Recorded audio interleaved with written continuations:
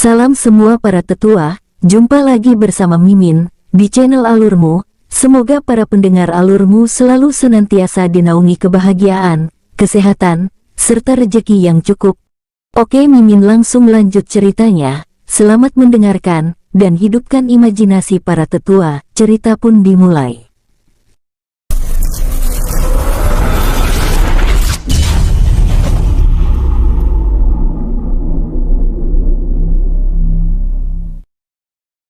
Inilah daftar tingkat kekuatan di novel ini. Semua tingkat seperti biasa ya, yaitu awal, tengah, puncak. True God, setengah dewa, dewa biasa, dewa perunggu, dewa emas, dewa bumi, dewa alam, dewa berlian, dewa langit, dewa penguasa. Dan ini tingkatan untuk dunia dewa, prajurit dewa, kesatria dewa. Hehehe tuan muda, kau tidak perlu kesal begitu. Aku sekarang tahu para monster ini berasal dari mana, dan saudara Lang Zai pasti kesana karena dibawa oleh Nona Sue. Kata Long Yuan terkekeh. Bai An langsung bangun. Memang apa saja yang kalian bicarakan? Dan kemana mereka berdua pergi? Tanya Bai An. Begini saja, agak susah menjelaskannya kepadamu. Jadi kau pasangkan saja dia segel budak. Jadi kau bisa bertanya kepadanya melalui pikiran, jawab Long Yuan. Bai An langsung mengangguk. Ia tidak pernah terpikirkan sampai ke sana, karena ia belum mengerti bahasa monster kalau sudah menjadi budaknya. Apakah dia akan patuh saat mau dipasangkan segel budak? Tanya Bai An. Long Yuan mengangguk sebagai jawaban. Tanpa menunggu lama, Bai An memasangkan segel budak di punggung monster tersebut. Bedanya monster sama manusia, monster tidak kesakitan seperti manusia jika dipasangkan segel budak. Itu karena segel budak khusus untuk binatang buas dan monster saja. Tapi manusia mengembangkannya sebagai bisnis untuk memperbudak manusia juga. Setelah memasang segel budak, Bai An menatap monster tersebut. Dari mana kau berasal dan bagaimana kau bisa dibawa ke sini? Tanya Bai An ingin tahu. Hutan rawa mistik. Tepatnya di dunia Guan 02 tuan muda, jawab monster itu melalui telepati. Bai An yang tidak tahu tentang dunia itu hanya mengangguk, lalu menyuruh monster itu melanjutkannya. Kami semua dihadang oleh Tuan Lang Zai saat sedang mencari makanan. Kebetulan di dunia kami itu 90% monster hidup di sana, dan sisanya berbagai ras termasuk ras manusia yang hanya 4%. Manusia adalah makanan kami. Awalnya kami melihat Tuan Lang Zai sebagai makanan saat bertemu dengannya, kemudian mengepungnya. Tapi saat bertarung, kami semua kalah dan dijadikan budak lalu dibawa ke sini. Bai An cukup kaget mendengar di dunia tersebut populasi monster mencapai 90% dan sisanya berbagai ras. Bagaimana kalian bisa dengan mudah ditundukkan oleh Lang Zai? Tanya Bai An heran. Karena menurutnya monster adalah sosok yang sombong, angkuh dan sangat sulit ditundukkan. Itu karena nama kami diketahui oleh Tuan Lang Zai. Jawab monster tersebut. Memang kenapa dengan nama kalian? Tanya Bai An. Nama kami adalah kelemahan kami. Apabila diketahui, kami merasa lemah dan tak bisa melawan lagi. Itu sudah turun-temurun dari leluhur kami. Jawab monster tersebut. Coba kau panggil semua temanmu dulu, aku ingin melihat mereka semua. Bai An masih penasaran dengan sosok teman-teman monster di depannya ini, dan juga dengan namanya. Karena itu, ia menyuruh monster tersebut memanggil temannya. Tapi monster itu tidak pergi melainkan berteriak dengan bahasa aneh. Koak-koak, ciet-ciet, kiu-kiu, kugeruk-kugeruk. Apakah begitu caramu memanggil teman-temanmu? Tanya Bai An. Benar tuan, bukan teman melainkan saudara. Kami sesama monster adalah saudara, walaupun bermusuhan tetap sebagai saudara. Bai An mengangguk paham, kemudian ia mengalihkan pandangannya ke arah Long Yuan dan Pixiu, yang kini sedang asik minum arak. Bai An tersenyum kecut melihat kelakuan kedua saudaranya tersebut. Hei, kalian jika minum tidak mengajakku lebih dulu, kata Bai An. Kau kan lagi asik mengobrol dengannya, jawab Long Yuan sambil menunjuk monster tersebut. Sedangkan untuk Pixiu, Ia langsung melemparkan kendi kecil ke arah Bai An. Dengan sigap ia menangkap kendi kecil berisi arak tersebut, kemudian meminumnya. "Au, arak Klanduan memang terbaik," kata Bai An puas. Sambil menunggu para monster datang, Bai An, Long Yuan dan Pixiu asik minum arak. Bai An juga mengeluarkan satu kendi besar, berisi arak dan memberikannya kepada monster tersebut. Dan ternyata monster itu sangat menyukainya. 20 menit berlalu, segerombolan monster datang melesat dengan kecepatan penuh. Ngaum, Auwo, Ciet-ciet, Kukuruyu, Kiu-kiu, Kugeruk-kugeruk. Salah satu monster paling tinggi berkepala kadal berteriak. Dia berlutut lalu diikuti oleh monster lainnya, termasuk monster yang ngobrol dengan Bai An tadi. "Kenapa mereka semua berlutut?" tanya Bai An kepada Long Yuan dan Puxiu. Saat Long Yuan mau menjawab, monster berkepala kadal itu langsung menjawab, "Karena Anda adalah tuan kami dan Tuan Lang Zai telah memberi pesan, jika di dunia ini Anda adalah rajanya. Jadi kami siap mengikuti perintah yang mulia," kata monster berkepala kadal tersebut. Kau bisa bahasa manusia?" tanya Bai An. "Iya yang mulia, tapi tidak semua dari bangsa kami bisa bahasa manusia," jawab monster berkepala kadal tersebut dengan hormat. Bai An mengangguk, kemudian ia teringat sesuatu, ia langsung bertanya. Kata dia, "Jika nama kalian diketahui apakah itu kelemahan kalian?" "Apakah itu benar?" "Tidak sepenuhnya benar dan tidak sepenuhnya salah," jawab monster berkepala kadal. "Terus, jika ngomong jangan setengah-setengah. Langsung jelaskan secara terperinci," kata Bai An cukup kesal melihat ia dibuat penasaran dari tadi. "Maafkan saya yang mulia, saya pantas dihukum," kata monster tersebut. "Sudah, cepat beritahu saja." Bai An melambaikan tangannya tanda sudah memaafkan. "Nama kami adalah sebuah anugerah dari dewa kami. Jadi jika nama kami diketahui oleh musuh, atau orang lain selain bangsa kami sudah dianggap budak oleh bangsa kami sendiri, dan itu mencoreng nama bangsa kami, sehingga kami tidak mempunyai muka atau kekuatan untuk melawan. Sehingga leluhur kami menetapkan, jika nama kami diketahui oleh manusia atau ras lainnya, kami harus mengikutinya dan diberikan waktu 1 bulan untuk pergi, sebelum bangsa kami bersiap-siap untuk membunuh kami.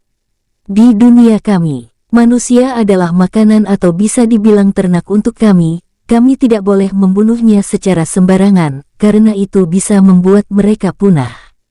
Monster berkepala kadal itu dengan terperinci menjelaskan tentang dunianya juga. Kini Bai An mengangguk mengerti, pantas monster di dunia ini dikurung, ternyata makanan mereka adalah manusia. Terus siapa kamu?" tanya Bai An. Monster berkepala kadal tuan. Bai An cukup heran, tapi ia tak menghiraukannya lebih dulu, lalu mencoba mencari monster berkepala kadal.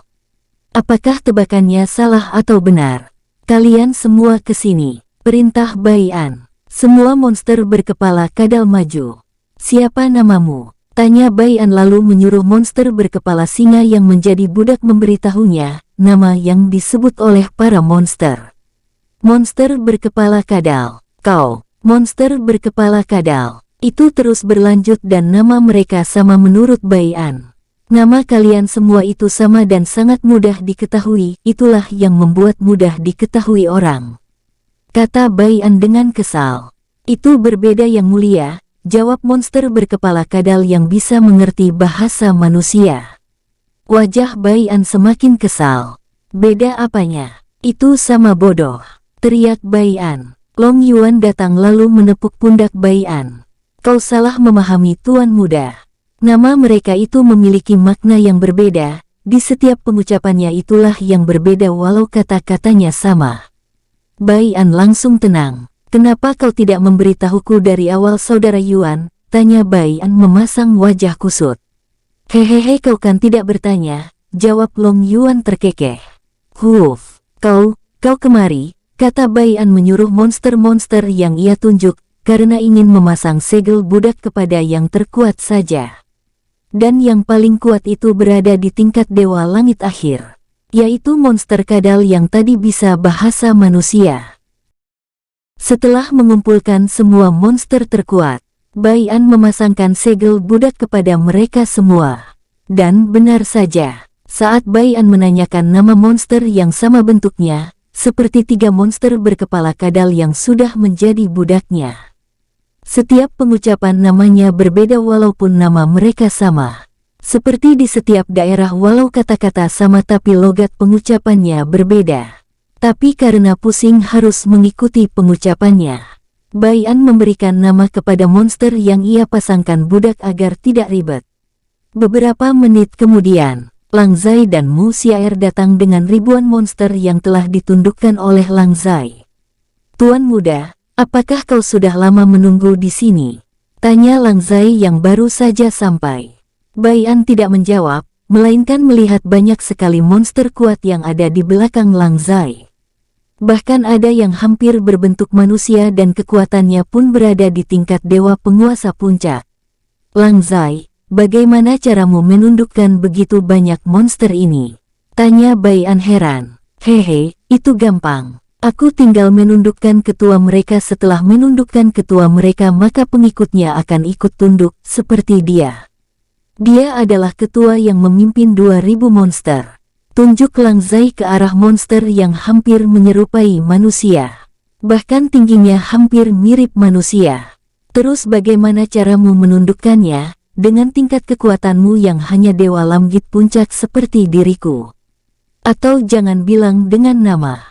Karena itu tidak mungkin kau bisa mengetahui pengucapan namanya," tanya Bai An. "Hehe, awalnya aku melawannya tapi kalah. Saat aku akan dibunuh, Nona Xia memberitahukan cara penyebutan namanya," jawab Lang Zai sambil menggaruk namanya. Bai An hanya mengangguk. "Apa mereka dapat dipercaya? Aku takut jika semua monster tidak dipasang segel budak mereka akan berkhianat," tanya Bai An. "Anda bisa tenang tuan muda. Walau kami monster berwajah menyeramkan, tapi kami tidak pernah berkhianat kepada tuan kami sendiri." Yang menjawab bukan Lang Zai, namun monster yang hampir berwujud manusia. Bai An melirik Mu Xiaer dan Mu Xiaer langsung mengangguk membenarkan.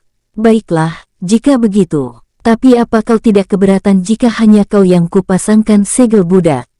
"Saya tidak keberatan tuan muda," jawab monster tersebut. 5 menit kemudian, setelah Bai An memasang segel budak dan memberikan nama, Bai An memikirkan beberapa rencana. "Tulong, kau sekarang adalah pemimpin semua monster di dunia jiwaku ini," kata Bai An lalu menambahkan. "Kalian para monster apakah tidak bisa memakan daging atau apa? Selain manusia?" Tulong mengangguk lalu menjawab, "Kami sebenarnya bisa memakan apa saja, yang terpenting itu daging. Tapi jika kami memakan manusia, kekuatan kami bisa meningkat pesat, karena manusia itu adalah energi kami." Tulong agak gugup saat ia menjawab, "Apakah kalian bisa memakan manusia yang sudah mati?" "Kebetulan aku ada sekitar ratusan mayat manusia," tanya Bai An. Mata Tulong dan beberapa monster yang di belakang Tulong langsung bersinar. "Bisa tuan muda, jumlah ratusan itu sangat banyak di dunia kami. Kami tidak berani membunuh lebih dari 10 manusia dalam waktu 1 bulan karena mereka ternak kami." Jumlah mayat ini lebih dari 500. "Jika kalian memberikan kontribusi bagus untukku, aku akan memberikan kalian 10 mayat manusia dalam waktu 1 bulan untuk 1 monster, tidak peduli itu monster berjenis apa di antara kalian," kata Bai An tersenyum licik. "Kami siap melaksanakan perintah," teriak semua monster tersebut dengan suara keras. Tapi yang Bai An mengerti hanyalah budaknya saja. "Baiklah, kalian semua bisa pergi kemana saja di dunia jiwa ini. Tapi kalau bisa kalian buatlah sebuah kota yang dikelilingi oleh benteng yang kokoh," kata Bai An. Saat semua monster akan pergi, Bai An manggil Tulong dan para budaknya. "Tulong, jika kau jujur dan tidak sembarang membunuh manusia saat aku menugaskanmu nanti, aku akan memberikanmu ini sebagai hadiah," kata Bai An mengeluarkan arak buatan kelanduan. "Apa ini tuan muda?" tanya Tulong. "Kau bisa mencobanya," Tulong langsung mengambilnya dari tangan Bai An saat Bai An menyuruhnya. Lalu meminumnya. Ini enak sekali. Lebih lezat dari daging dan darah manusia, kata Tulong dengan mata melotot. Bai An mengangguk lalu. Bai An menyuruh Tulong membawa 10 anggota yang menurutnya kuat. Tugasmu adalah mengacau di benua Hang Chen. Lebih tepatnya markas musuh-musuhku. Kata Bai An lalu menjelaskan secara rinci tentang kelompok teratai hitam dan pengikut Liu Wang. Bai An juga mengeluarkan sebuah peta benua Hang Chen dan menunjuk titik merah ini adalah markas musuh. Bai An juga mengingatkan Tulong beberapa kali agar tidak membunuh manusia secara sembarangan. Kecuali musuhnya. Setelah itu Bai An melirik Tui monster berkepala kadal. Aku menugaskanmu untuk melihat semua monster di sini dan suruh mereka berlatih dengan giat. Jika mereka malas berlatih, mereka tidak akan mendapat jatah daging manusia. Kalian semua Tui akan menjadi ketua kalian, jadi ikuti perintahnya. Kata Bai An kepada semua budaknya. Baik Tuan Muda, jawab Tui lalu pergi bersama para monster setelah mendapat tugas dari Bai An. Saudara Lang Zai, apa kau akan ikut atau tetap berlatih di sini? Tentu saja aku ikut, jawab Lang Zai dengan cepat menghampiri Bai An. Bai An langsung merobek ruang lalu muncul lubang hitam. Bai An langsung keluar bersama Lang Zai, Long Yuan, Pixiu dan Tulong bersama 10 pengikutnya. Wos, Bai An muncul di kamarnya bersama yang lain. Tulong, aku berubah pikiran. Kau diam di sini karena firasatku tidak enak. Dan kalian bersepuluh bisa pergi menggantikan Tulong. Kau sebagai pemimpinnya, kata Bai An menunjuk monster berkepala elang. Tulong langsung menerjemahkan ucapan Bai An kepada pengikutnya. Mereka semua mengangguk dengan patuh lalu menghilang dari sana. Mereka bisa berteleportasi, kata Bai An cukup terkejut. Tentu, mereka adalah ahli membunuh tersembunyiku, atau yang disebut oleh Tuan Muda Assassins, jawab Tulong. Bai An langsung mengangguk lalu melihat Lang Zai, Long Yuan dan Pixiu masih asik minum. Kalian bisa kembali ke kamar kalian. Aku akan pergi bersama Tulong dulu, untuk melihat sesuatu. Bai An langsung pergi bersama Tulong saat ia melihat ketiga saudaranya mengangguk. Wos, wos. Saat ini Bai An dan Tulong sudah di luar kota Han. Tulong, kau bilang tadi punya penciuman tajam, tanya Bai An sambil berjalan santai. Tulong mengangguk sebagai jawaban. Coba kau cium jubah ini, kata Bai An mengeluarkan jubah Jenderal Liu yang ia bunuh beberapa waktu lalu. Tulong langsung mengambilnya lalu menciumnya. Ada apa? Tanya Bai An penasaran saat melihat wajah Tulong yang sangat marah. Aku mencium ada bau monster pengkhianat dari bau baju ini, kata Tulong. Pengkhianat? Bagaimana bisa? Kau baru saja datang ke dunia ini. Monster ini bangsa ular, mereka dulu bekerja sama dengan manusia dari dunia Guan 01 untuk membunuh leluhur kami, tapi kami berhasil mengusirnya dari dunia Guan 02, walaupun itu sudah lama bahkan sebelum aku lahir. Kami para monster benci pengkhianat, jawab Tulong. Wajah Bai An sangat bahagia saat mendengarnya. Keberuntungan selalu memihak kepadaku, gumam Bai An. Beberapa saat kemudian Bai An mengingat sesuatu. Tapi saudaraku bilang, monster itu sudah melebihi tingkatan di dunia ini. Apakah kau bisa merasakannya? Itu benar, tapi aku tidak peduli seberapapun kuatnya. Aku tetap akan membunuhnya, jawab Tulong dengan muka memerah. Pletak. Kau ini, jangan terbawa amarah. Aku tanya apakah kau bisa menang melawannya seorang diri, kata Bai An kesal setelah memukul kepala Tulong. Tulong memegang kepalanya. Walaupun tidak sakit, tapi ia merasa nyeri saat kepalanya dipukul. Aku memang tidak bisa menang melawannya. Tapi jika semua iblis yang ada di dunia jiwa bergabung, maka kemungkinan bisa menang, jawab Tulong dengan mata berapi-api yang ingin melawan pengkhianat tersebut. Pletak, kau ini kuat tapi otakmu kosong, kata Bai An semakin kesal lalu menambahkan. Apa kau tidak memikirkan para manusia yang ada di dunia ini? Jika kau langsung menyerangnya dengan semua monster yang berada di dalam dunia jiwaku, maka akan ada banyak korban berjatuhan. Ingat, kau ini berada di dunia berbeda dengan duniamu, dunia tempatmu ini manusia lebih banyak daripada bangsamu. Tulong langsung cengengesan. Ia lupa akan hal tersebut. Beberapa saat kemudian ia langsung berkata, "Tapi aku mencium bau manusia yang sama kuatnya dengan pengkhianat itu. Kita bisa meminta bantuannya, Tuan Muda," kata Tulong bersemangat. Bai An langsung tersenyum kecut melihat penciuman monster di depannya ini sangat tajam. Dia itu anak angkat saudaraku Long Yuan. Namanya Jing San. Aku juga memikirkan itu. Kau akan bergabung bersamanya untuk melawan monster itu.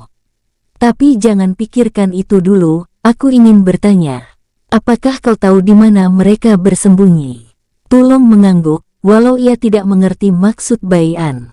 Orang-orang dengan bau yang sama dengan baju ini mengarah ke sana.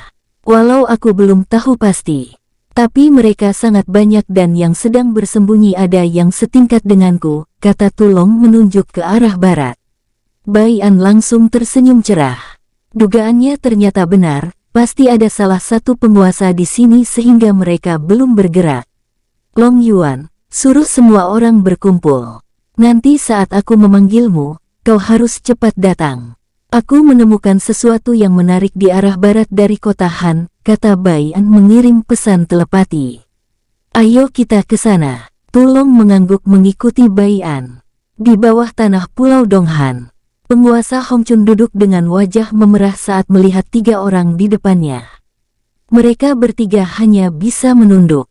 Aku menyuruh kalian untuk melihat keadaan, bukan menyerang secara langsung, kata penguasa Hong Chun mengeluarkan auranya untuk menekan ketiganya, lalu menambahkan. Kau tahu mengapa aku menyuruhmu untuk melihat keadaan? Ketiganya hanya menggeleng. Itu karena aku merasa ada yang tidak beres. Wali kota Tangrou pasti mengetahui begitu banyak klan yang masuk ke kotanya, jadi tidak mungkin ia tidak memperketat penjagaan gerbang. Tapi dari mata-mata bilang, penjagaan pintu masuk sama sekali tidak ada, itu berarti dia mempunyai bantuan yang sangat kuat. Amarah penguasa Tulong semakin tinggi. Kau Jenderal Besar Liu Er, apakah kau mau kuadukan ke penguasamu dengan cara kerjamu ini, tunjuk penguasa Hong Chun. Jangan Yang Mulia Hong, kata Liu Er ketakutan, karena ia tahu apa hukuman bagi orang yang melanggar aturan dan gagal dalam menyelesaikan rencana. Yang Mulia Hong, Anda bisa tenang dulu, redakan dulu emosi Anda, jika sudah tenang, kita bisa bicarakan ini baik-baik. Panglima Liu maju untuk mencairkan suasana. Penguasa Hong Chun langsung tenang, ia tahu Panglima Liu Qiu adalah orang yang paling tenang dan pintar dalam strategi. Penguasa Hong Chun juga sudah lama saling mengenal dan tahu sifat Liu Qiu. Setelah tenang, penguasa Hong Chun langsung bertanya. Apa rencanamu Panglima Liu Qiu? Aku ingin kau tenang dan jangan potong ucapanku dulu. Apakah kau paham Yang Mulia? Tanya Liu Qiu dengan wajah serius. Penguasa Hong Chun, jika wajah Liu Qiu menjadi serius maka ada masalah besar yang sedang terjadi. Baiklah. Tanpa menunggu lagi Liu Qiu langsung berkata, aku mendapat informasi dari mata-mata klan Liu dan klan Hongmu, jika salah satu klan yang mengikutimu selama ini berkhianat, dan aku yakin mereka pasti bercerita banyak, walau ia tidak tahu di mana letak tempat kita ini. Wus wus wus, aura penguasa Hong Chun langsung naik. Siapa itu? Apa klan Xiao? Teriak penguasa Hong Chun dapat menebaknya. Benar. Mungkin mereka tahu jika kau akan menumbalkannya, dan akan membunuh mereka semua setelah perang ini berakhir. Jadi mereka berkhianat lebih dulu, kata Liu Qiu sambil berusaha menahan aura dari penguasa Hong Chun, dan melindungi orang-orang yang ada di sana. Kurang ajar, berani sekali mereka. Geram penguasa Hong Chun. Apakah kau bisa jika tidak mengeluarkan auramu, mereka semua bisa mati. Dan juga kita akan ketahuan jika kau begini terus, teriak Liu Qiu dengan kesal. Penguasa Hong Chun langsung menarik auranya, kemudian mendengus ke arah Liu Qiu tanpa berkata apapun dan ia langsung duduk. Di tempat Bai An, saat ia sedang melesat, ia merasakan aura yang berada di tingkat dewa penguasa akhir sama seperti Tulong. Tapi aura itu terasa lebih kuat, yang berarti ia hampir mencapai dewa penguasa puncak. Bai An tiba-tiba berhenti. Diikuti oleh Tulong dengan wajah bingung. Apakah kau merasakannya? Tanya Bai An sambil melirik ke arah Tulong. Benar, aku merasakan jika ia berada di tahap dewa penguasa akhir. Emang ada apa tuan? Tanya Tulong balik. Bai An mengerutkan keningnya lalu bergumam. Apakah monster hanya bisanya makan saja, dan tidak berpikir seperti manusia? Apa kau bisa melawannya? Tanya Bai An dengan wajah jengkel. Dia itu lemah walaupun auranya lebih kuat dari Kutuan Muda. Perlu kau tahu, monster dan manusia itu berbeda. Tentu saja berbeda bodoh, teriak Bai An. Tulong hanya menggaruk kepalanya yang tidak gatal lalu berkata lagi. Maksudku, kami para monster bisa melawan satu tingkatan di atas kekuatan ras lain, apalagi manusia, walaupun kekuatan mereka lebih tinggi dari kami. Tapi pondasi mereka sangat lemah, itulah yang membuat kami para monster sering menang jika bertarung. Misal kekuatanku berada di dewa alam awal, aku bisa melawan manusia yang berada di tingkat dewa berlian awal, bahkan bisa juga melawan dewa berlian puncak, jika mengorbankan hidup. Bai An kini mulai mengerti maksud Tulong, dan ia langsung bertanya. Apakah kau bisa menyembunyikan auramu sepenuhnya? Karena kita akan menyusup. Itu adalah keahlian kami para monster, bahkan menyembunyikan Tuan Muda pun aku bisa. Kata Tulong dengan sombong. Bai An tersenyum kecut saat mendengar itu. Ayo kamu pimpin jalan, kata Bai An. Tulong langsung maju memimpin jalan sambil melihat sekelilingnya. Bai An yang penasaran dengan tingkah Tulong langsung bertanya. Ada apa Tulong? Aku merasakan ada energi yang kuat di sekitar pulau ini. Tapi entah kenapa aku tidak bisa merasakan energi itu dengan jelas. Kadang terasa ada, kadang menghilang, kata Tulong sambil tetap melesat, kepalanya mengarah ke samping melihat keadaan sekitar. Bai An tiba-tiba tersenyum tipis, sehingga Tulong tidak bisa melihatnya.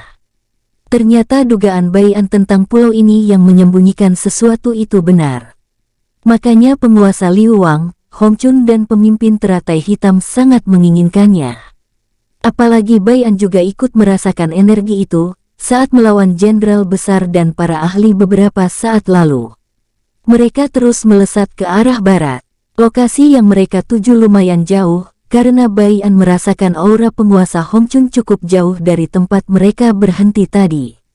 Di tempat Long Yuan, saat ia mendapat pesan suara dari Bai An, ia langsung bergerak cepat untuk mengabari yang lain.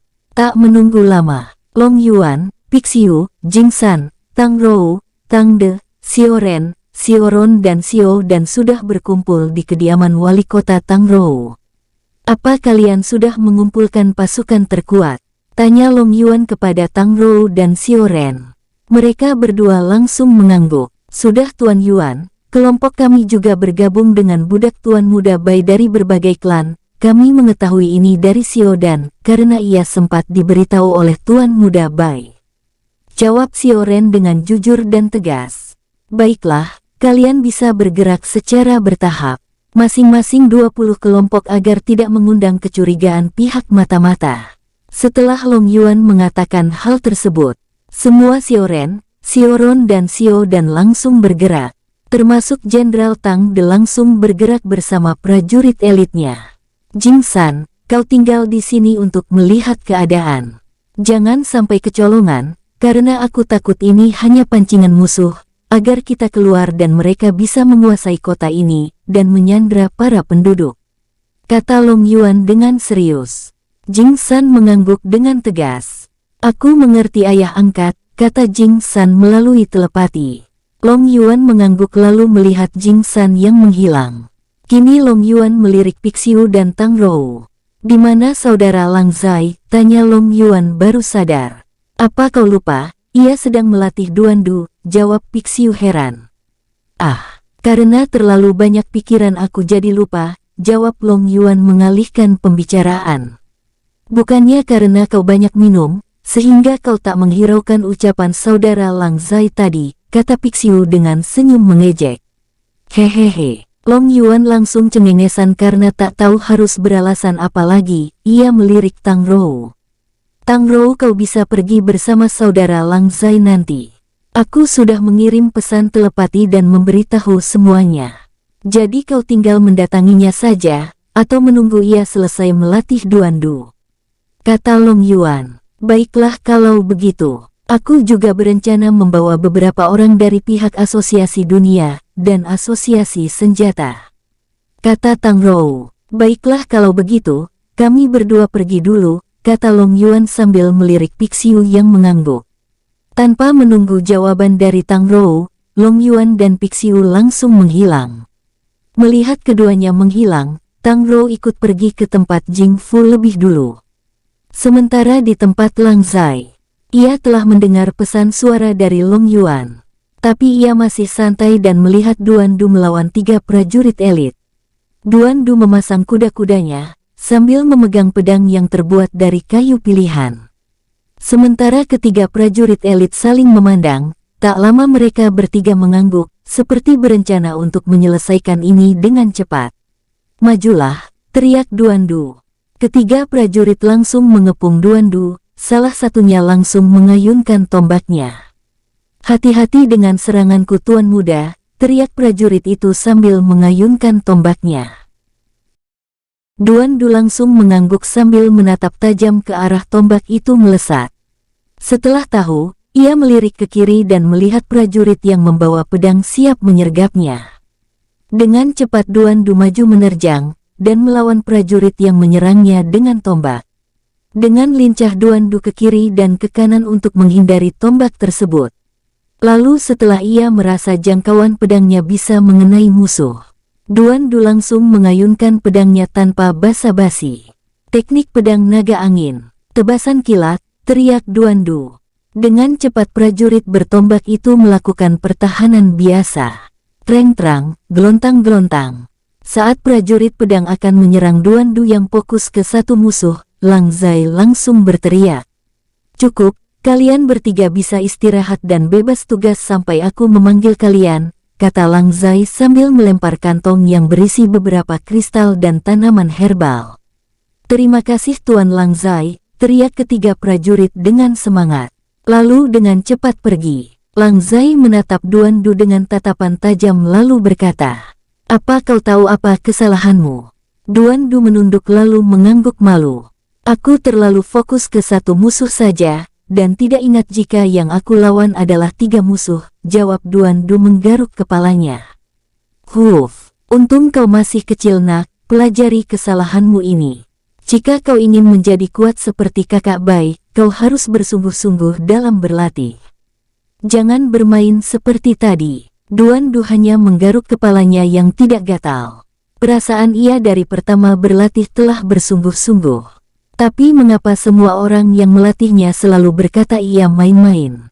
Tentu saja ia bingung. Kau akan mengerti suatu saat nanti nak, jangan kecewakan tuan muda Baian yang mengangkatmu menjadi adiknya, kata Lang Zai lalu menambahkan. Kau bisa istirahat sekarang. Duandu hanya mengangguk dan melihat jika Lang Zai telah menghilang. Kenapa semua pengikut kakak Bai aneh-aneh ya, gumam Duandu. Lalu pergi ke tempat para prajurit penjaga kota untuk bermain-main. Bukannya istirahat malah ia pergi bermain. Hal ini telah diketahui oleh semua orang kecuali Baian. Sementara di tempat Baian berada, ia sedang duduk santai bersama Tulong. Tidak jauh dari tempat Baian dan Tulong, penguasa Hongchun, Panglima Liu Qiu dan 5 jenderal besar duduk santai sambil merencanakan sesuatu. Tepatnya ada 2 jenderal pengikut penguasa Liu Wang, dan 3 jenderal pengikut penguasa Hongchun. Tulong, apakah kau yakin mereka tidak akan menyadari keberadaan kita? Tanya Baian sedikit ragu. Kau duduklah santai sambil mendengar apa rencana mereka saja tuan muda. Bila perlu, keluarkan arak itu agar kita bisa mendengar rencana mereka sambil minum, kata Tulong sambil menggosok-gosok tangannya. Baian langsung mendengus. Tapi ia tetap mengeluarkan kendi berukuran besar berisi arak. Mata Tulong langsung bersinar saat ia melihat itu. Dengan sabar Tulong menunggu Baian menuangkannya. Enak saja, kau yang tuang, ini, kata Baian sambil memberikan kendi arak dan 1 gelas untuk Tulong. Tulong hanya menggaruk kepalanya yang tidak gatal, lalu mengambil dan menuangkan arak ke gelas Bai'an, sambil mendengar apa yang dibicarakan oleh penguasa Hongchun, Liu Qiyu dan yang lainnya. Apakah kita akan menunggunya atau langsung berdiskusi saja yang mulia? Penguasa Hongchun melirik ke arah jenderalnya yang bertanya. Kita tidak bisa mendiskusikan masalah kapan kita akan menyerang. Tapi kita harus menelusuri orang-orang yang berkhianat kepada kita. Aku yakin bukan hanya klan Xiao saja yang berkhianat. Tapi pasti ada beberapa dari orang-orangmu pemimpin Gu, pemimpin Sa, kata penguasa Hongchun sambil melirik kedua pemimpin yang kini berkeringat dingin. Aku akan mengeceknya yang mulia, mohon beri aku waktu, kata pemimpin Sa dengan nada terbata-bata. Benar, beri kami waktu. Yang mulia. Kami pasti akan menemukan siapa yang berkhianat di klan kami. Pemimpin Gu ikut membenarkan ucapan pemimpin Sa. Penguasa Hongchun tidak langsung mengangguk, tapi ia melirik Panglima Liu Qiyu. Aku rasa mereka berdua memang tidak tahu. Jadi ini bukan salah mereka jika benar ada seorang pengkhianat. Kau suruh saja pemimpin Nu yang mencari informasinya. Klan Nu kan handal di bidang informasi dan mata-mata. Panglima Liu Qiyu mengutarakan pendapatnya sambil melirik ke arah yang tidak jauh darinya. Karena ia merasa ada yang mengawasinya. Tapi ia tidak bisa merasakannya dan tidak merasa bahaya sedikitpun. Jadi ia kembali melirik penguasa Hongchun. Baiklah, kali ini aku akan memaafkan kalian berdua. Tapi sebagai gantinya, kalian berdua harus membunuh pemimpin klan Xiao dan tetua pertamanya. Aku menyuruh kalian kali ini harus mengerahkan semua orang dari klan kalian, kata penguasa Hongchun menatap kedua pemimpin tersebut lalu menambahkan. Apa kalian mengerti? Mengerti yang mulia, jawab kedua pemimpin tersebut dengan tegas sambil menghela nafas lega. Baiklah, kalian bisa menyuruh orang kepercayaan kalian untuk membawa semua orang dari benua Hongchun, kata penguasa Hongchun. Mereka berdua mengangguk lalu meminta izin pamit untuk langsung mengabari orang kepercayaan mereka masing-masing. Tok tok tok, kulun ulun, sampurasun, sepada, assalamualaikum. Setelah kepergian pemimpin Gu dan pemimpin Sa, terdengar suara ketukan dari atas. Ceklek, setelah membuka pintu terlihat pemimpin Nu datang. Penjaga tersebut langsung mengangguk. Setelah itu pemimpin Nu berjalan menuju ke lorong. Banyak sekali lorong-lorong yang membuat orang bingung. Tapi pemimpin Nu sudah hafal jalan tersebut. Setelah cukup lama berbelok kiri kanan dan lurus, pemimpin Nu telah sampai di tempat yang cukup luas, dan di tengah-tengah ada meja bundar. Di meja bundar tersebut banyak orang-orang kuat yang duduk, termasuk penguasa Hongchun. Nu Wen menghadap yang mulia, kata pemimpin Nu berlutut. Pemimpin Nu, aku telah mengirim pesan melalui batu komunikasi kepadamu. Apakah kau sudah melakukan yang kupesankan? Tanya penguasa Hongchun dengan mata yang tajam. Sudah yang mulia, saya sudah mengetahui siapa saja para pengkhianatnya. Mereka adalah para prajurit rendahan yang kalah dan dijebloskan ke penjara, lalu menceritakan tentang kita yang akan menyerang pulau ini. Anda tidak perlu khawatir, tapi mereka tidak mengetahui rencana jebakan kita. Cukup, jangan diteruskan. Kata Panglima Liu Qiyu memotong ucapan pemimpin Nu. Penguasa Hongchun yang paham langsung membenarkan. Jangan pernah ungkap rencana kita. Baik yang mulia, jawab pemimpin Nu dengan tegas. Walau dalam hatinya ia benci perkataannya dipotong. Apalagi oleh orang dari benua yang berbeda. Sementara Bai'an mengerutkan keningnya. Apakah mereka tahu kita ada di sini? Gumam Bai'an. Tuan muda, kau jangan terlalu banyak berpikir. Perang ya perang saja. Jika menang harus rayakan. Jika kalah ya mati. Gampangkan. Jika kau banyak berpikir, itu akan terus membebanimu, kata Tulong yang sepertinya telah mabuk.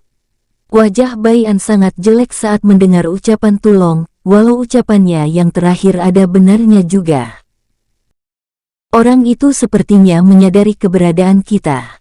Tapi tidak bisa menemukan di mana kita berada.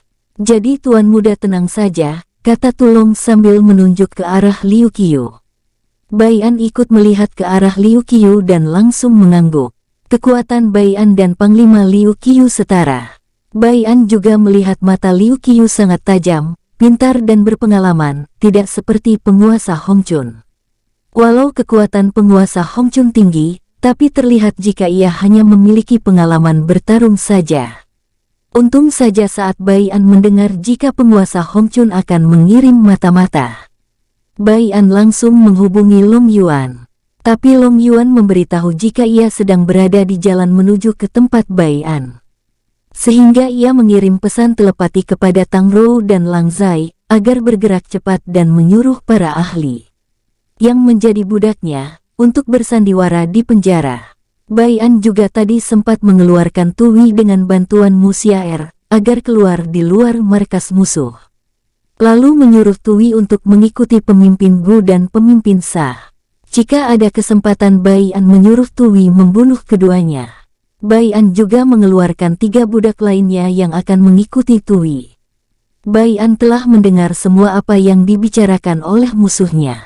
Tapi ia masih menunggu karena penasaran, siapa yang akan ditunggu oleh penguasa Hong Chun.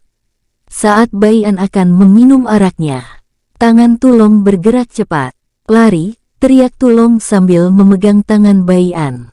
Duar-duar, dentang-dentang, gelontang-gelontang. Ledakan besar langsung menghancurkan markas bawah tanah tersebut.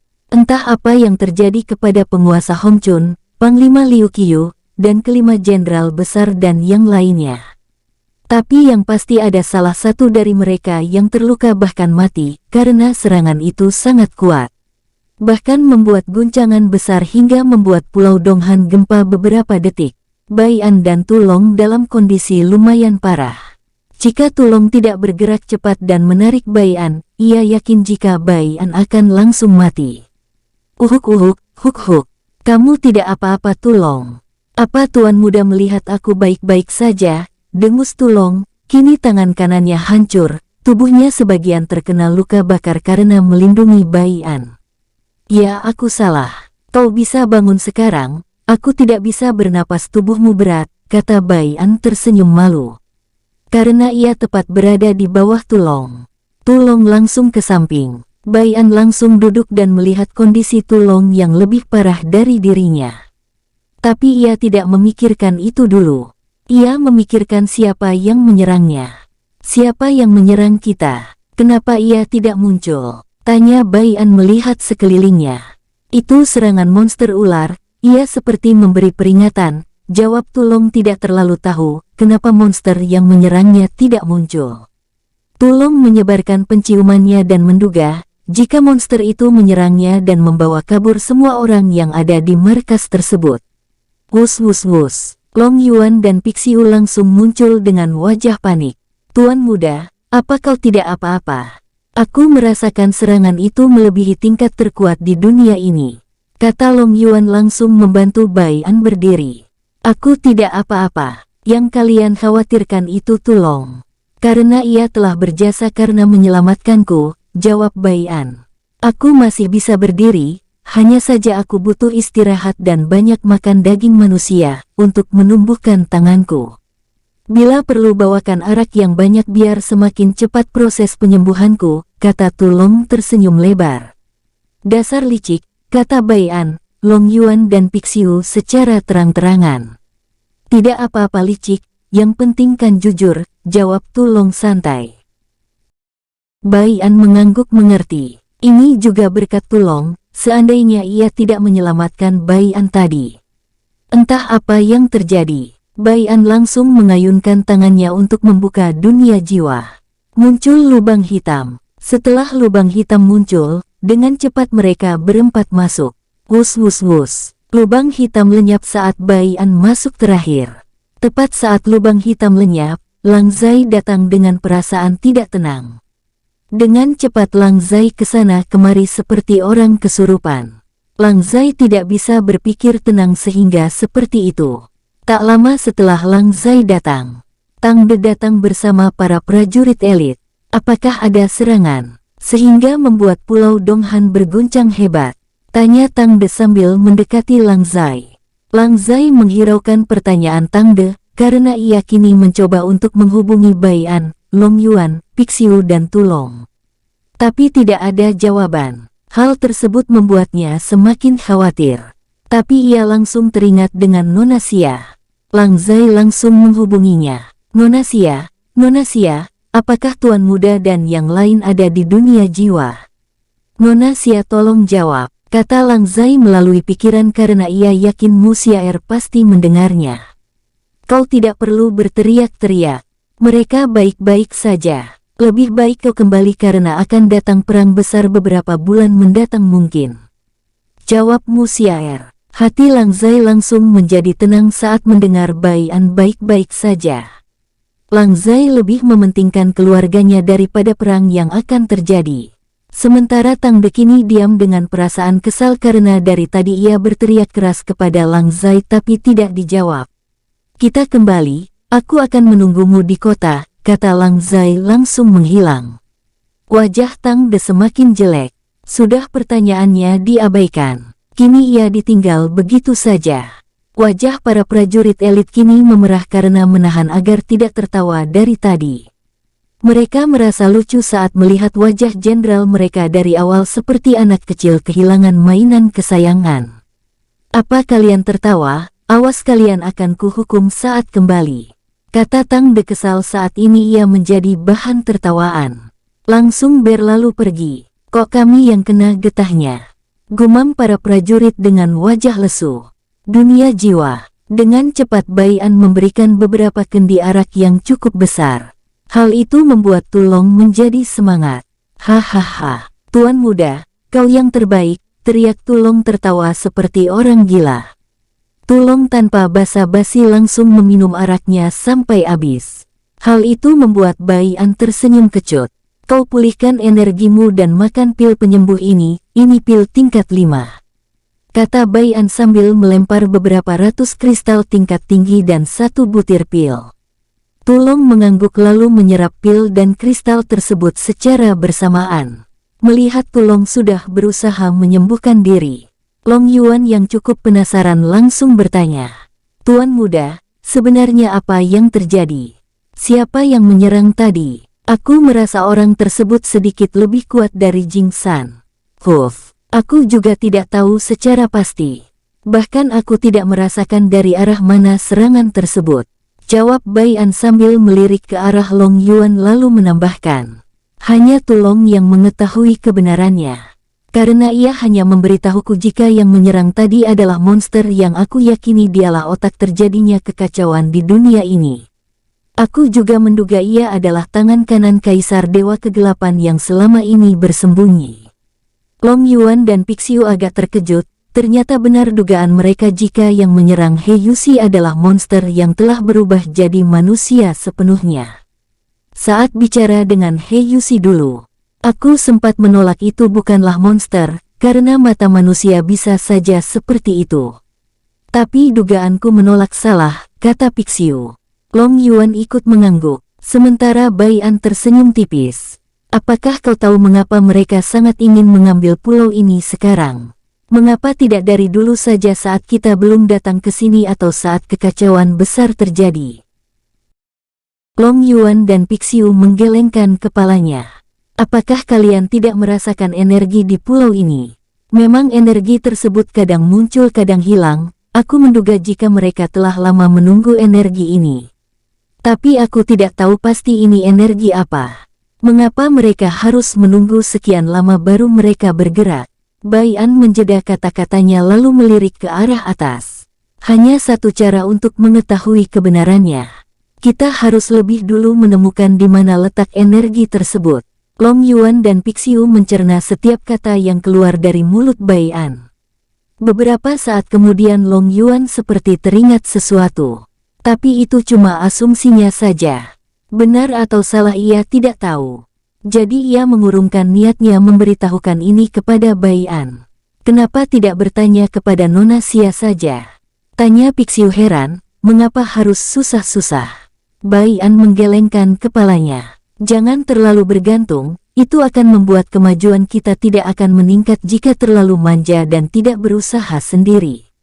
Bai An menurunkan kepalanya lalu melihat ke arah Tulong. Lalu berkata, kalian pasti tahu jawaban mengapa Xiaer tidak pernah bersama kita sekarang dan jarang muncul maupun berkomunikasi. Long Yuan dan Pixiu tentu mengetahui hal tersebut. Jadi mereka hanya mengangguk tanpa bicara. Saudara Yuan, jika bisa tolong lihatlah apakah para monster tidak membuat keributan atau saling bunuh.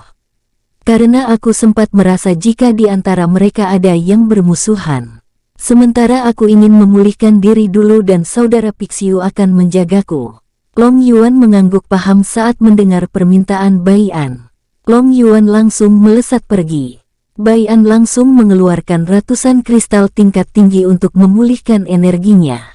Dengan cepat Bai An duduk berposisi lotus lalu menyerap kristal tingkat tinggi yang ia sebar di sekelilingnya. Untuk Pixiu ia langsung menjauh dari Bai An dan Tulong sambil mengawasi keduanya ia mengeluarkan arak buatan klan Duan. Stok arak sudah tinggal beberapa puluh tong saja, gumam Pixiu tersenyum kecut. Sambil minum Pixiu melirik Tulong yang memiliki kecepatan generasi luar biasa. Tangan Tulong kini sudah hampir utuh dan tubuhnya telah sehat semua. Bahkan terlihat jika Tulong akan menembus tingkat dewa penguasa puncak. Pixiu tahu dari energi di sekitarnya yang kini mulai berhawa dingin serta ada sedikit tekanan. Tulong langsung membuka matanya saat merasa ia akan naik tingkat. Cukup berbahaya baginya menerobos di samping Bai An. Bahkan mungkin di dunia jiwa, karena Tulong takut itu akan melukai jiwa Bai An. Apakah kau akan menghadapi petir kesengsaraan dewa? Tanya Pixiu sambil mendekati Tulong. Jika orang berhasil menghadapi petir kesengsaraan dewa, seseorang akan menjadi kultivator dewa setengah abadi, ia akan sulit mati bahkan jika tubuhnya hancur, jika ia bisa melindungi energi yang menjadi nyawanya. Maka ia masih bisa membuat tubuh baru atau beregenerasi. Tulong menggelengkan kepalanya. Aku sudah menghadapi petir kesengsaraan dewaku saat aku naik ke tingkat dewa penguasa awal, jadi aku tidak akan menghadapinya lagi. Mata Pixiu langsung melotot, ia cukup kaget saat mendengar ucapan Tulong. Monster sesungguhnya, gumam Pixiu langsung. Mu Xiaer muncul di hadapan Pixiu dan Tulong. Tanpa menunggu lama, Mu Xiaer melambaikan tangannya santai. Keluar, setelah menembus kau langsung masuk. Jangan lama, karena lubang hitam ini tidak langsung menghilang melainkan memiliki waktu 30 menit. Mu Xiaer langsung menghilang setelah ia mengatakan hal tersebut.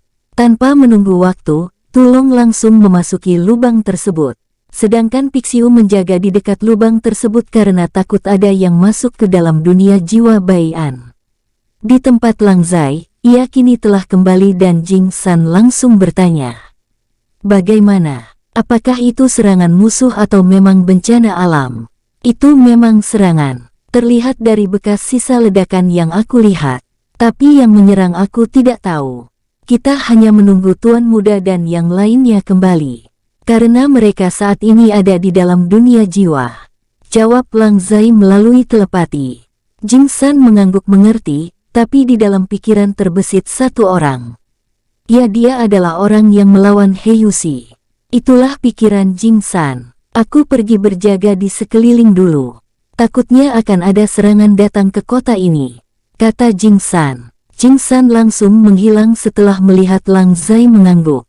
Saat Lang Zai ingin pergi, Tang Rou datang dengan tergesa-gesa bersama Jing Fu. Apa yang terjadi saudara Lang Zai? Tanya Tang Rou. Sambil menghela nafas pelan, Lang Zai langsung menceritakan hal yang sama seperti bercerita ke Jing San. Tapi bedanya, ia tidak mengatakan tentang dunia jiwa. Setelah mendengar semua cerita Lang Zai, Tang Rou dan Jing Fu saling menatap lalu mengangguk bersamaan. Aku harus meminta bantuan secepatnya ke klan Jing Pusat untuk membantu penjagaan kota, kata Jing Fu. Terima kasih atas bantuannya Senior Fu, jawab Tang Rou. Baiklah kalau begitu aku akan kembali ke asosiasi untuk mengirimkan pesan bantuan melalui batu komunikasi, kata Jing Fu lalu berpamitan dengan Lang Zai dan Tang Rou. Jing Fu merasa ini masalah gawat jadi ia harus mengabari penguasa Jing Xin. Seandainya Jing Fu tahu jika Long Yuan ada di sini, ia pasti akan terkejut dan merasa senang. Karena ia yakin jika ada Long Yuan pasti ada Jing San. Karena dulu saat Long Yuan berkunjung dan berkumpul, Jing Fu ada di sana saat Long Yuan di sana lalu pergi bersama Jing San. Sedangkan di sebuah pulau yang jarang dijarang oleh manusia kini ada 3 orang seperti sedang menunggu sesuatu. 2 orang ada yang Yu Fan dan Fang Hu kenal, dia adalah penguasa Liu Wang dan pemimpin teratai hitam. Sementara di depan Liu Wang ada seorang yang terlihat berumur 50 tahunan. Ia adalah pemimpin teratai hitam. Di tempat yang agak jauh dari Liu Wang dan pemimpin teratai hitam, seorang pemuda berdiri dengan gagah. Dapat terlihat jika Liu Wang dan pemimpin teratai hitam sangat menghormati pemuda tersebut. Pemuda itu adalah tangan kanan Kaisar Dewa Kegelapan yang pernah dilawan oleh He Yuxi. Sehingga semua orang menebak jika orang yang menyerang Tulong dan Bai'an adalah ia. Jika tangan kanan Kaisar Dewa Kegelapan ada di sini, lalu siapa yang menyerang Bai'an dan Tulong tadi? Tak lama sebuah retakan terjadi di udara. Tak lama retakan tersebut semakin besar. Prak, prak, prang. Saat retakan ruang hancur, muncul beberapa orang di sana dengan luka-luka ringan. Ada juga yang masih terlihat baik-baik saja. Buk, buk, beberapa orang langsung terjatuh. Hanya penguasa Hong Chun dan Panglima Liu Qiu masih bisa menyetabilkan diri agar tidak terjatuh. Wus wus wus. Kakak, benar dugaanmu jika di sisi pemuda tersebut ada seorang monster tingkat tinggi yang langka. Ia bahkan tahu jika aku menyerangnya walau aku berusaha untuk berhati-hati tadi, kata pemuda tersebut lalu membuka jubahnya. Wajah pemuda tersebut sangat mirip dengan tangan kanan Kaisar Dewa Kegelapan, begitupun dengan auranya. Tapi tak lama ia mengembalikan wajahnya ke semula. Auranya pun berubah. Tingkat kekuatan pemuda tersebut bahkan lebih tinggi dari tangan kanan Kaisar Dewa Kegelapan yang disebut kakak. Tapi jika Bai'an, Lang Zai dan Pixiu ada di situ, ia pasti akan mengenal pemuda tersebut. Dia adalah orang yang menyamar menjadi sosok Jenderal Teratai Hitam saat Bai'an melawan klan Li. Oh, bukankah kau hanya menggunakan setengah kekuatanmu saat menyerangnya tadi? Kau jangan membohongi kakakmu ini. Kakakmu mempunyai mata-mata yang ahli, kata kakaknya tersenyum lembut. Pemuda tersebut terkekeh lalu berkata, aku hanya memegang janjiku dengannya kakak.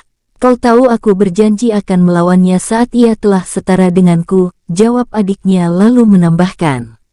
Aku juga merasa saat pertama kali bertemu dengannya dulu aku merasa gelisah, karena ada sosok mengerikan yang tersembunyi di dalam tubuhnya. Sang kakak mengangguk lalu melirik ke arah penguasa Hong Chun dan Panglima Liu Qiu. Kalian berdua pasti tahu kesalahan kalian bukan? Kata tangan kanan Kaisar Dewa Kegelapan. Kami salah karena tidak merasakan musuh sedang memata-matai kami. Jawab mereka berdua serempak dengan tubuh bergetar. Kali ini aku memaafkan kalian karena bangsaku monster memiliki kelebihan masing-masing. Aku tidak tahu apa kelebihan monster yang ada di sisi pemuda yang bernama Bai'an itu. Tapi jika kalian berdua bertarung dengannya, aku yakin kalian berdua akan kalah. Jadi dari itu aku memakluminya. Kata Si Gou. Tangan kanan Kaisar Dewa Kegelapan yang bernama Si Gou itu kemudian melirik adiknya Si Qiang. Apakah kau akan pergi lagi? Tanya Si Gou. Iya kakak, aku di sini bosan dengan diskusi kalian. Lebih baik saat bertarung kau memanggilku, jawab Si Qiang. Tentu saja nama Si Gou dan Si Qiang adalah nama samaran mereka berdua. Apakah kau tidak ikut membahas energi yang telah lama kita tunggu-tunggu? Mungkin energi tersebut akan keluar sepenuhnya dalam beberapa bulan atau mungkin beberapa tahun. Si Qiang menggeleng lalu berkata, aku tidak yakin energi tersebut mampu untuk menghancurkan perisai yang menyegel bangsa kita. Ayah pun sampai tertahan di sana yang jauh lebih kuat dari kita. Setelah itu Si Qiang menghilang, entah ia pergi kemana. Kalian telah lama mengikutiku. Bahkan saat kalian masih kecil aku menemukan kalian dalam kondisi menyedihkan. Sekarang kalian berdua telah menjadi penguasa. Itu berkat kerja keras kalian. Tapi aku menghubungi kalian karena saat ini sudah waktunya yang telah lama aku tunggu-tunggu. Pangeran, ini bukan hasil kerja keras kami. Tapi ini berkat Pangeran. Jika para manusia-manusia serakah tersebut berhasil membunuh kami, maka kami tidak akan bertemu dengan Pangeran. Pangeran juga telah merubah nasib kami. Semua manusia tersebut memang pantas mati, jawab semua orang yang ada di sana. Liu Wang, Hong Chun, Liu Qiu, pemimpin teratai hitam dan para jenderal. Semua mereka menundukkan kepala. Sementara si Gou menyeringai sambil menjilat bibirnya. Tidak ada yang tahu jika ini sebenarnya ulahnya membunuh semua keluarga mereka dan membuat hutang budi dengan cara menolong lalu mengajarkan agar membenci manusia. Sementara si Qiang yang bersembunyi dari jauh hanya bisa menggelengkan kepala melihat kelicikan kakaknya.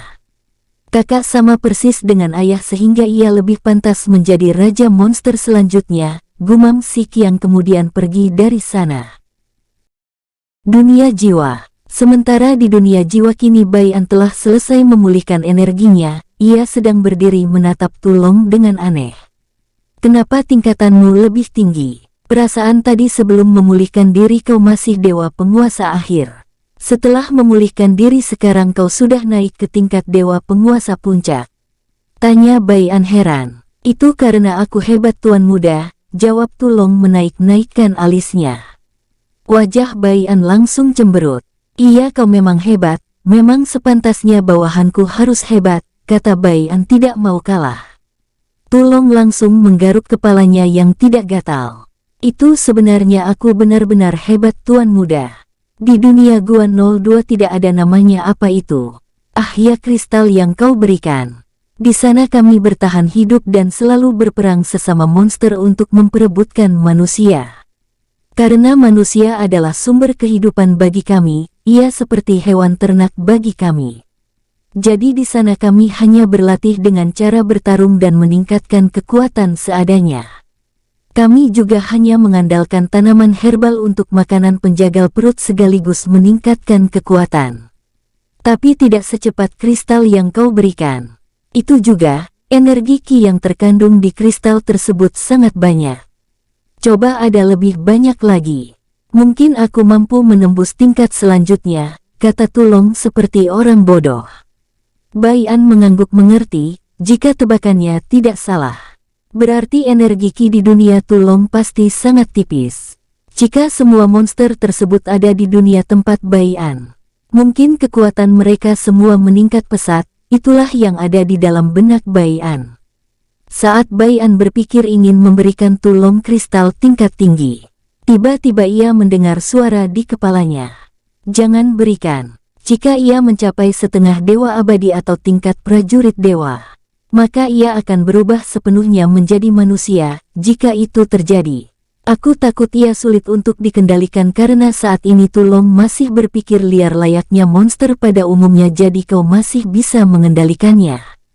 Jika ia telah berpikir seperti manusia yang penuh siasat, walau tetap setia dengan kau tahu nama dan segel budak yang kau tanam, tapi ia pasti akan agak sulit menurut. Lebih baik kau buat saja ia lebih setia dan patuh lebih dulu baru kau suruh ia meningkatkan diri. Bai An langsung mengangguk dalam hati dan mengurungkan niatnya membantu Tulong meningkatkan kekuatannya. Tep-tep. Long Yuan tiba-tiba datang dengan dua monster di kedua tangannya. Long Yuan menyeret mereka lalu melepaskan kedua monster tersebut. Bai An tentu mengenal kedua monster tersebut, salah satunya monster yang pertama kali Bai An temui. Mereka kenapa saudara Yuan? Tanya Bai An memastikan. Mereka sering berselisih, tuan muda. Dari dulu kedua kelompok mereka sering bertarung memperebutkan ternak. Bukan Long Yuan yang menjawab, melainkan Tulong. Bai An langsung menatap kedua monster tersebut dengan tatapan tersenyum. Apakah ada yang kurang dari yang aku berikan sampai-sampai kalian harus begini?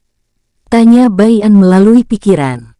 Karena ia masih tidak mengerti bahasa monster. Dia lebih dulu merebut makananku tuan muda, tunjuk monster berkepala harimau. Itu karena dulu kelompokmu sering merebut makanan kami. Jadi aku pasti akan membalasnya, kata monster berkepala singa tak mau kalah. Kalian, Ini bukan dunia kalian dan tidak kekurangan makanan. Jadi berhentilah menganggap ini seperti di dunia kalian." Mata Tulong menatap kedua monster tersebut dengan tatapan mengerikan. Kedua monster tersebut langsung mundur.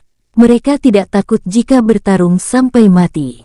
Karena begitulah pola pikir monster, mereka harus bertahan hidup. Jika lemah ia mati. Tulong semakin mengganas saat ia ingin menyerang keduanya. Kedua monster tersebut bukannya takut, mereka berdua malah saling melirik seperti sepakat bekerja sama melawan Tulong. Wus wus wus, Tulong muncul saat tangannya ingin mencengkram leher keduanya. Ia tiba-tiba kepanasan. Begitu juga dengan kedua monster tersebut.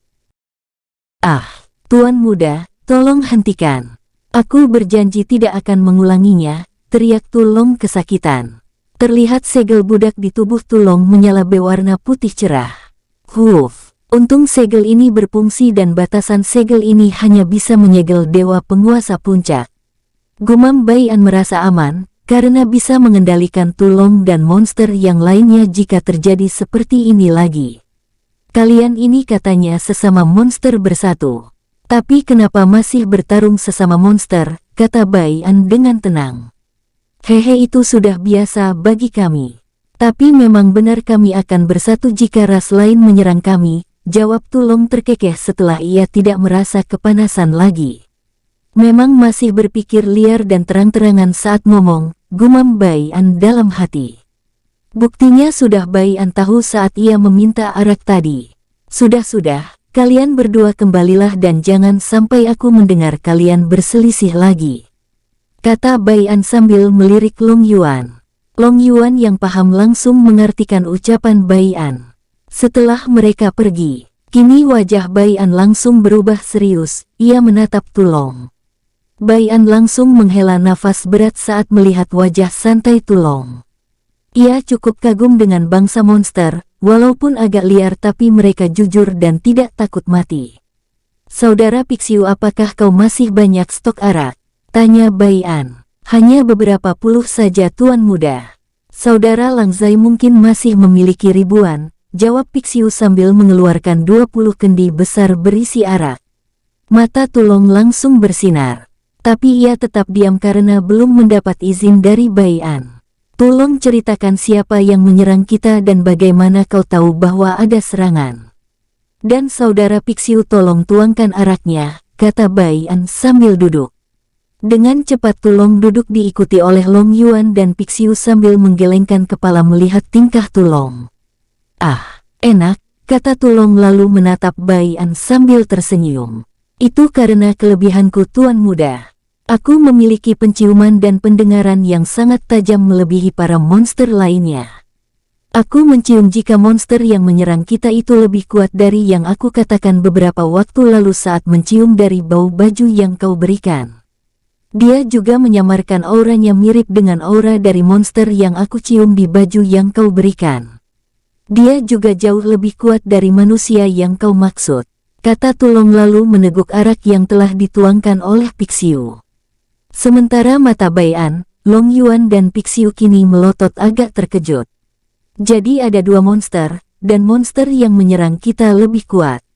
Aku kira tangan kanan Kaisar Dewa Kegelapan adalah yang terkuat dan setara dengan Jing San. Tapi ada yang jauh lebih kuat," gumam Baian menggenggam tangannya erat-erat.